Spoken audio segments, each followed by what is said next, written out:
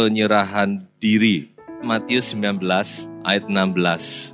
Orang muda yang kaya. Ada seorang datang kepada Yesus dan berkata, "Guru, perbuatan baik apakah yang harus ku perbuat untuk memperoleh hidup yang kekal?" Jawab Yesus, "Apakah sebabnya engkau bertanya kepadaku tentang apa yang baik? Hanya satu yang baik. Tetapi jikalau engkau ingin masuk ke dalam hidup, turutilah segala perintah Allah." Kata orang itu kepadanya, "Perintah yang mana?" Kata Yesus, "Jangan membunuh, jangan berzina, jangan mencuri, jangan mengucapkan saksi dusta.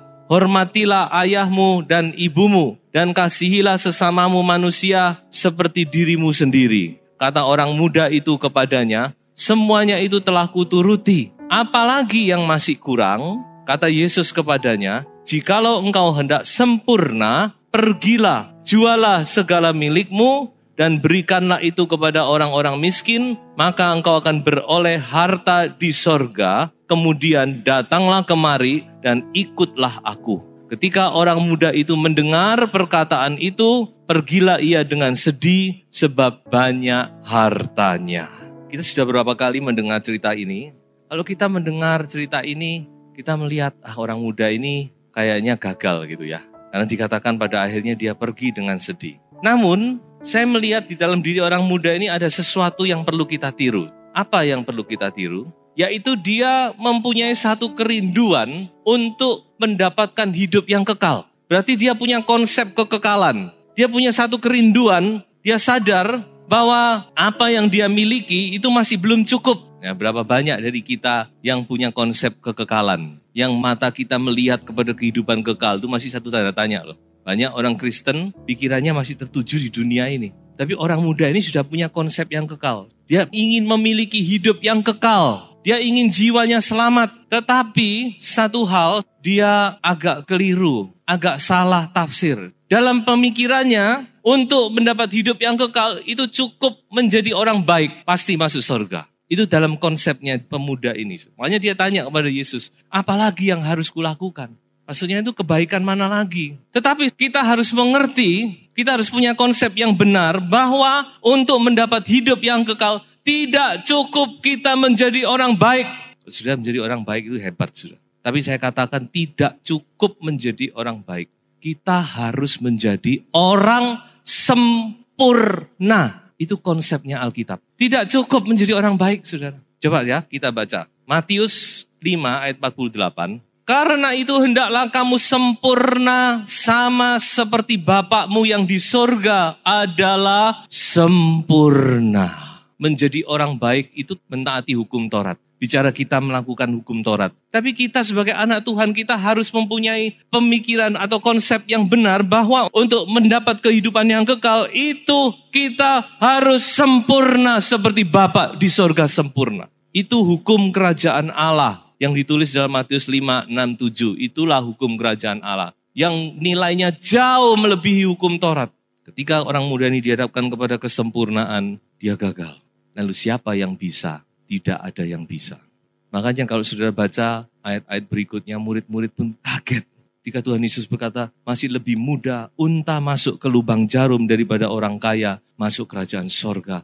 Murid-murid kaget. Kalau gitu siapa yang bisa selamat ini? Tapi Tuhan Yesus menutup dengan satu kata. Bagi manusia tidak mungkin, tapi bagi Allah mungkin. Ada harapan saudara, jangan putus asa. Jangan kecil hati, Tuhan memanggil kita untuk kita masuk mewarisi kehidupan yang kekal. Caranya bagaimana kalau begitu? Kita menyerah kepada Tuhan.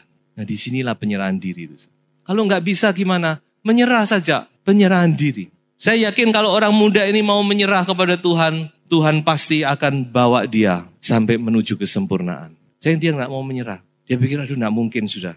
Dia pergi. Kalau dia datang, Tuhan Yesus saya nggak bisa. Saya nggak bisa menjual harta, membagi orang miskin. Tapi saya mau berserah kepadamu. Pasti Tuhan akan memampukan pada akhirnya. Inilah yang namanya penyerahan diri. Penyerahan diri itu adalah pasrah 100% kepada maunya Tuhan. Maunya Tuhan apa aku mau pokoknya. Sakarepmu is Tuhan. Ketika kita menyerah 100% kepada Tuhan, apa maunya Tuhan dalam hidup kita? Nah itulah penyerahan diri. Dan penyerahan diri ini satu hal yang sangat penting. Mengapa? Karena tanpa penyerahan diri, kehendak Tuhan yang sempurna tidak akan terjadi di dalam kehidupan kita.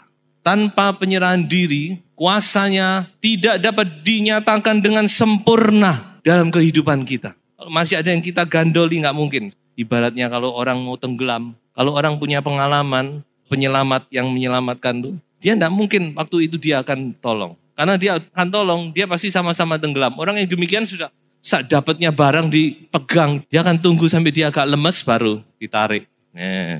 Sampai dia menyerah. Tanpa penyerahan diri, Tuhan tidak bisa bekerja lebih jauh di dalam kehidupan kita. Mandek di situ. Tanpa penyerahan diri, kita tidak dapat menerima berkat yang lebih besar dari Tuhan. Ibaratnya seorang anak bawa permen. Kadang-kadang kita goda, minta permennya, mau. Permen cuma satu digandoli. Gitu, minta permennya, minta. Padahal di tangan kita ada banyak permen ini. Kalau dia tidak menyerahkan permen yang satu itu, dia tidak bisa menampung permen yang lain. Nah sebab itu penyerahan diri ini ada satu pelajaran yang sangat penting dalam kehidupan kita sebagai anak-anak Tuhan. Nah saya akan bawa saudara untuk melihat beberapa contoh di dalam Alkitab tentang penyerahan diri untuk kita mempunyai konsep yang lebih menyeluruh. Pertama, yaitu tentang Abraham menyerahkan Ishak. Saya baca di dalam Kejadian 22 ayat 1 dan ayat yang kedua. Allah berkata kepada Abraham, setelah semuanya itu Allah mencoba Abraham. Ia berfirman kepadanya, Abraham. Lalu sahutnya, ya Tuhan. Firman-Nya, ambillah anakmu yang tunggal itu yang engkau kasihi, yakni Ishak. Pergilah ke tanah Moria dan persembahkanlah dia di sana sebagai korban bakaran pada salah satu gunung yang akan kukatakan kepadamu. Allah tidak salah. Apa Allah tidak tahu kalau Abraham ini hatinya sepenuhnya tertuju kepada Ishak? Justru Allah tahu, saudara. Makanya sudah perhatikan nanti. Ambil anakmu Ishak yang paling kau kasih itu. Allah tahu, saudara. Justru Allah tahu kalau Abraham ini cintanya luar biasa sama Ishak. Kalau Abraham diminta seluruh hartanya bagi Abraham no problem mungkin. Tapi kalau Ishak yang diminta ini masalah. Allah tahu apa yang paling kita cintai, apa yang paling Anda kasih, Allah tahu. Apa yang ada di dalam hati kita. Nah itulah sebabnya Allah justru meminta, justru yang itu yang diminta. Allah tidak minta yang lain, justru Ishak. Dan apakah Abraham berat? Pasti berat. Saya yakin pasti itu satu hal yang berat. Namun dikatakan Abraham rela. Saudara bisa baca di dalam Ibrani 11 ayat 17-19. Dikatakan Abraham rela. Garis bawahi kata rela yang ada di situ. Yang paling dia kasihi. Sama seperti pemuda itu. Tuhan tahu pemuda ini satu hartanya. Dan Allah tantang itu. Yesus tantang pemuda itu. Di sini Allah menguji Abraham. Persembahkan Ishak.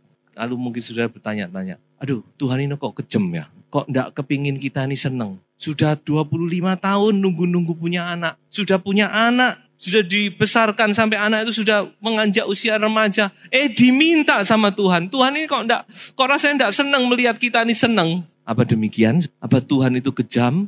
Saya yakin tidak. Kok yang kita senangi ini, tapi yang satu ini yang diminta oleh Tuhan. Tuhan sama sekali tidak kejam. Justru Tuhan itu mau memberi kebahagiaan yang sejati kepada Abraham. Ketika Tuhan meminta sesuatu itu justru bukan Tuhan ini mau mengurangi kesenangan kita. Justru Tuhan ini mau memberi kesenangan yang sejati kepada kita. Kita harus camkan ini.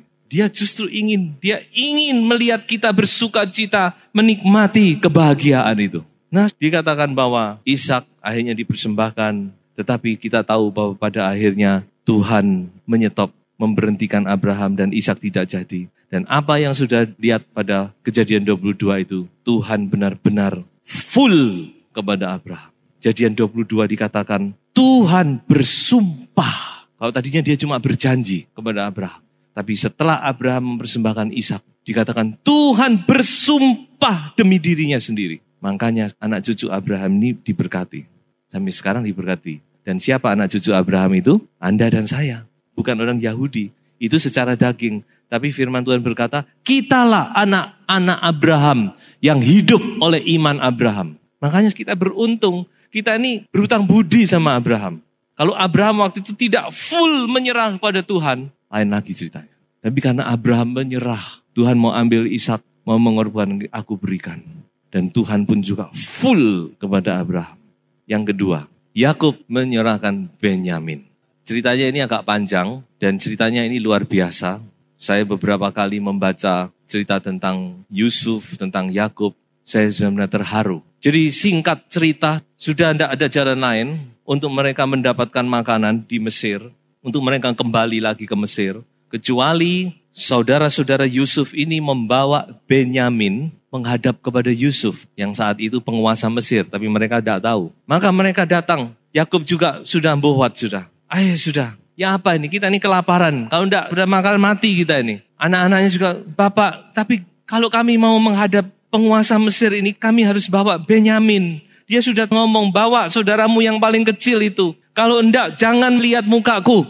Kalau kami nggak bawa, kami nggak berani. Yakub gelisah. Mengapa? Karena bagi Yakub Benyamin ini sudah segala-galanya. Setelah Yusuf dianggap dia mati, diterkam binatang, maka cintanya sepenuhnya kepada Benyamin. Karena cuma 2 anak ini yang lahir dari Rahel, istri tercintanya. Yusuf dan Benyamin. Yakub gelisah. Dia bingung. Sempat terjadi tawar-menawar di situ.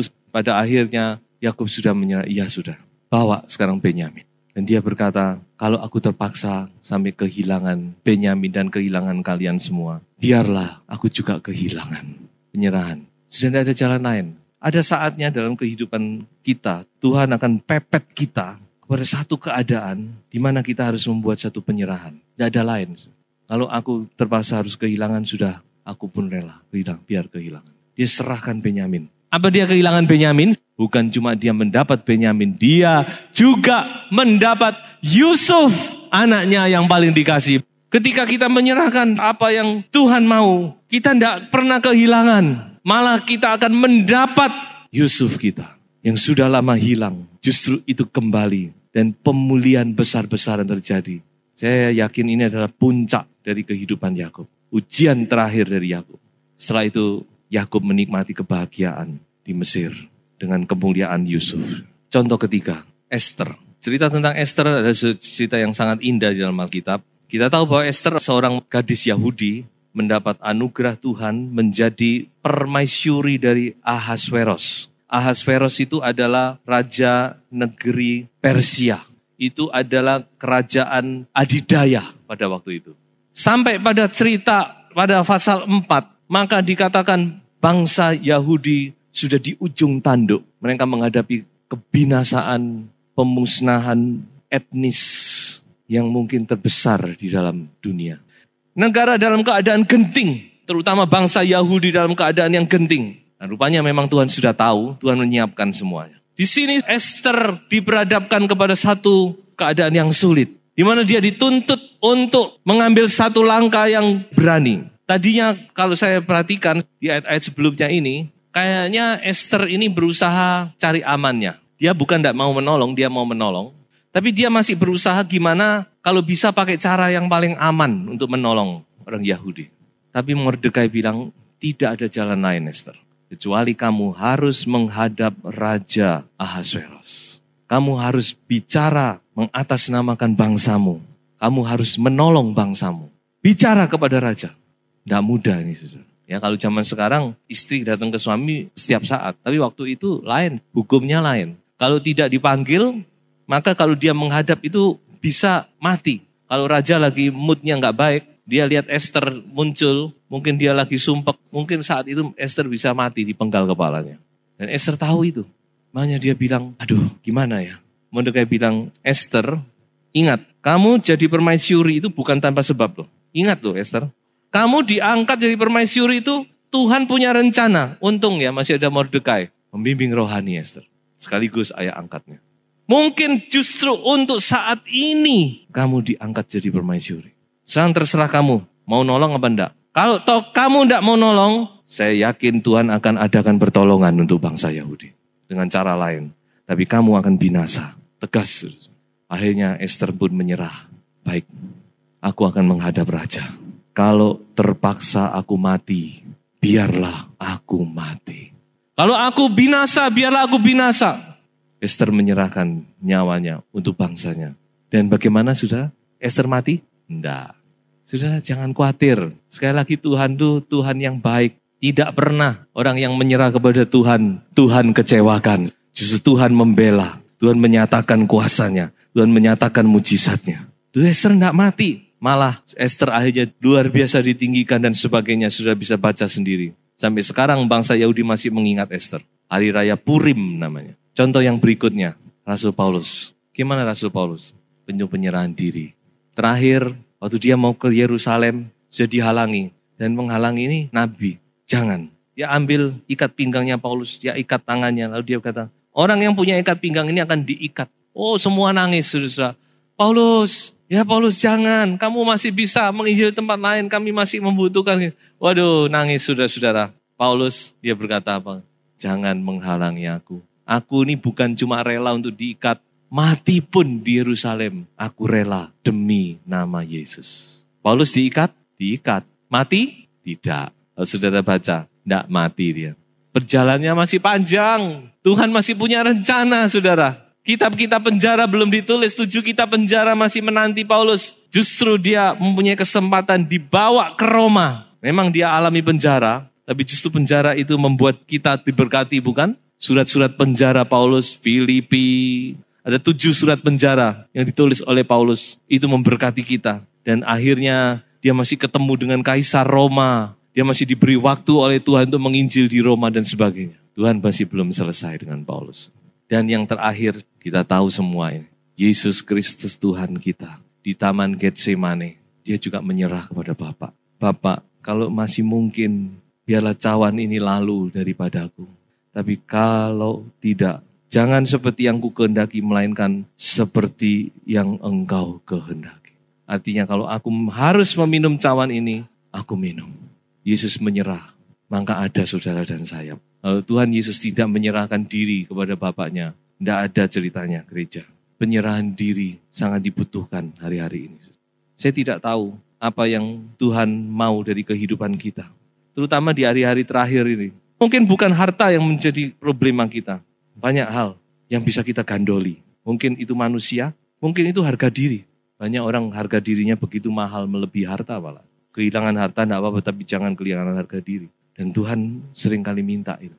Dan macam-macam, tapi marilah kita mau belajar untuk berserah kepada Tuhan.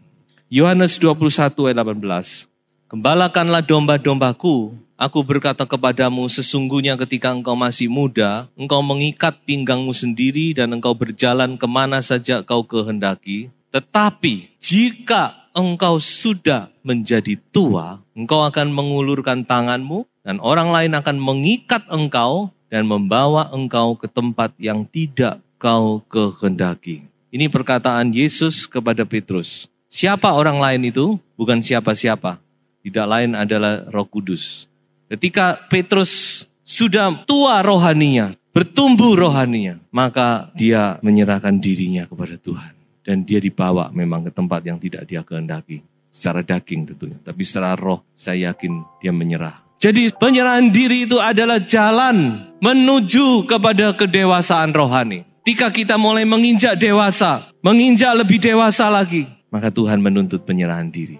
Dan setiap step pasti ada penyerahan diri yang harus kita perbuat di hadapan Tuhan. Biarlah kita mau belajar untuk menyerahkan diri kita sepenuhnya, roh, jiwa, tubuh kepada Tuhan. Karena kita tahu di balik itu berkat-berkat Allah yang luar biasa menanti kita. Mujizat-mujizat Allah akan dinyatakan. Rencana Tuhan yang sempurna akan nyata di dalam kehidupan kita semua. Tuhan memberkati.